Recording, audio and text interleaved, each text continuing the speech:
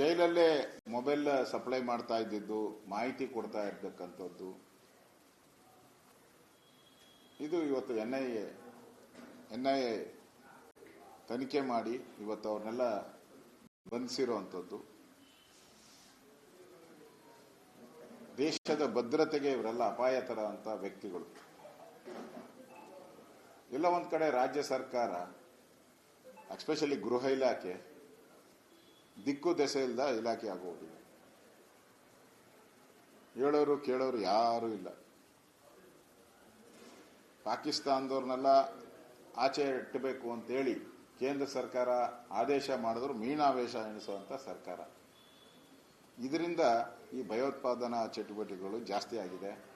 ಅದಕ್ಕೆ ಸಂಬಂಧಪಟ್ಟಂತ ಕೊಲೆಗಳು ಜಾಸ್ತಿ ಆಗ್ತಾ ಇದೆ.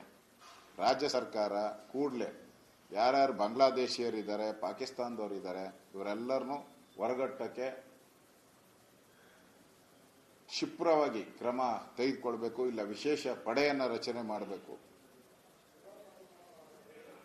ಅವ್ರನ್ನ ರಾಜ್ಯದಿಂದ ದೇಶದಿಂದ ಹೊರಗಾಕಿಲ್ಲ ಅಂತ ಹೇಳಿದ್ರೆ ಈ ತರದ ಘಟನೆಗಳು ನಿರಂತರವಾಗಿ ನಡೆಯಕ್ಕೆ ಆಗುತ್ತೆ.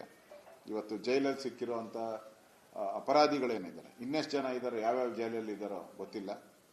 ರಾಜ್ಯ ಸರ್ಕಾರನೂ ಕೂಡ ಆ ತನಿಖಾ ತಂಡಕ್ಕೆ ಸಹಯೋಗ ಮಾಡಬೇಕಿಲ್ಲ. ಅಂದ್ರೆ ನೀವು ಮಾಡಿ ನನ್ನ ಮಟ್ಟಿಗೆ ನಾವು ಇರ್ತೀರಿ ಅಂದ್ರೆ ಇಲ್ಲೂ ವೋಟ್ ಬ್ಯಾಂಕ್ ಪಾಲಿಟಿಕ್ಸ್ ಅನ್ನು ಮಾಡಬಾರ್ದು.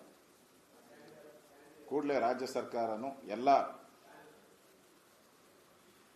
ಜೈಲುಗಳೇನಿದೆ ಆ ಕೈದಿಗಳ ಚಲನವಲನ ಬಗ್ಗೆ ನಿಗಾ ವಹಿಸುವಂಥದ್ದಕ್ಕೆ ಅವ್ರು ಯಾರ್ಯಾರ ಜೊತೆ ಸಂಪರ್ಕದಲ್ಲಿದ್ದಾರೆ, ಮೊಬೈಲ್ ಹೆಂಗ್ ಒಳಗಡೆ ಹೋಗ್ತೈತೆ, ಯಾರು ಸಪ್ಲೈ ಮಾಡ್ತಾರೆ, ಇದೆಲ್ಲ ದೊಡ್ಡ ಜಾಲ ಇದೆ.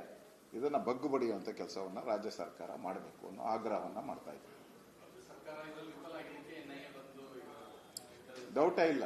ರಾಜ್ಯ ಸರ್ಕಾರ ಮೊಬೈಲ್ ತಡೆಯುವಂಥದ್ದೆಲ್ಲ ರಾಜ್ಯ ಸರ್ಕಾರದ ಕೆಲಸ. ಅಲ್ಲಿನ ಪೊಲೀಸ್ ಅಧಿಕಾರಿನೇ ಮೊಬೈಲ್ ಕೊಟ್ಟಿದ್ದಾರೆ ಅಂತ ಇರುವಂತ ಮಾಹಿತಿ. ಅದರಿಂದ ರಾಜ್ಯ ಸರ್ಕಾರ ರಾಜ್ಯ ಸರ್ಕಾರದ ನೆಗ್ಲಿಜಿಯನ್ಸ್ ಇಂದ ಈ ಘಟನೆಗಳಿಗೆ ಹೆಚ್ಚು ಜಾಸ್ತಿ ಆಗ್ತಾ ಇದೆ. ಇದನ್ನ ತಡೆಗಟ್ಟುವಂತ ಕೆಲಸವನ್ನ ಕೂಡಲೇ ಗೃಹ ಇಲಾಖೆ ಮಾಡಬೇಕು.